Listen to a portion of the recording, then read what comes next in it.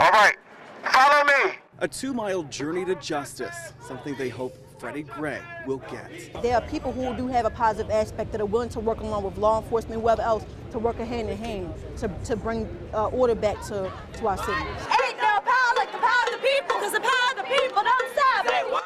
A peaceful protest as police watch from the sides and the skies.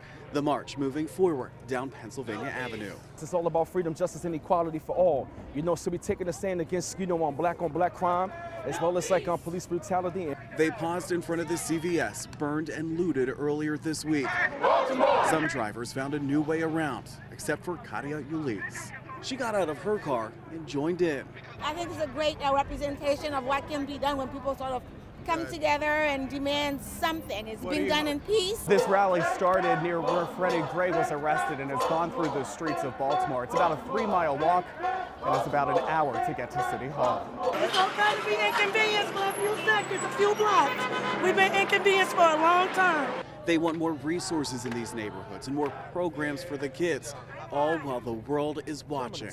I want them to see that we out here peacefully protesting and be standing up for our rights. No justice!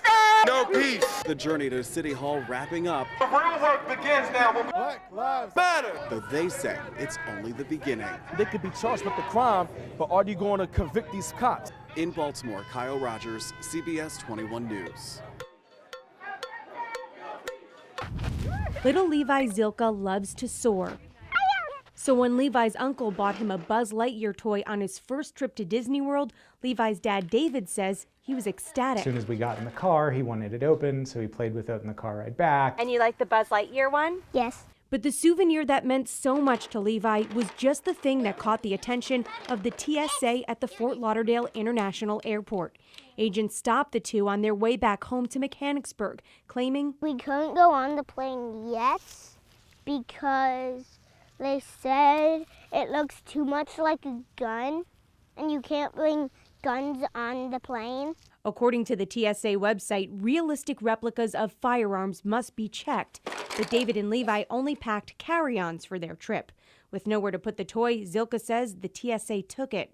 Once he realized what was happening, that they weren't giving his toy back, he immediately starts, just bawling, tears streaming down his face and crying. Why did it make you so sad? Because they threw it in the trash. David Zilka feels his son was treated unfairly. We understand that things are scary out there right now, but taking a toy from a 5-year-old doesn't enhance national security. It was all I could do not to break down with him in that moment. That was my favorite toy. To infinity and beyond. We didn't find as much shade under the tree today as we did on it. I'm confused as to why I guess they had to cut the trees down. You see, for people like walkers, joggers, bicyclists who stroll along Front Street every day, we all thought those pink marks meant the trees would get the cut. But PennDOT says that's not the case. We don't just cut trees down because we don't like trees. That has nothing to do with it. It truly comes down to a safety factor. It's true, PennDOT is knocking down some trees Riverside, but only 4 of them. As they make way for crosswalks at Radnor and Emerald Streets, they say it's for safety.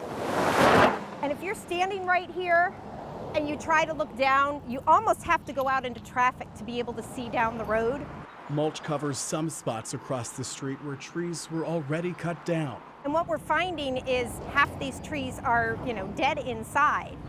The stem of this project is to make Front Street 2 lanes for drivers and 1 for bike riders. kind of thought that what we have here is good enough. But PennDOT says those trees with the pink X's won't be hit with the axe.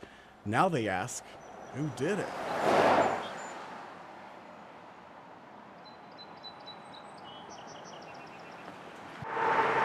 He just never feared. We all have places to go. Corporal Bryon Dixon. But this morning, there was no other place He laid his life down for us. they'd rather be. As we gather this day to dedicate the roadway. It's the way off I-84 heading towards Blooming Grove, where Corporal Bryon Dixon once worked. Bryon was killed here, and it will always be a remembrance. But when you see that sign, it just honors him. This sign will be a reminder of the true sacrifice of a true hero. A wife and a mother unveiled another way the corporal will be remembered. 1, 2, 3.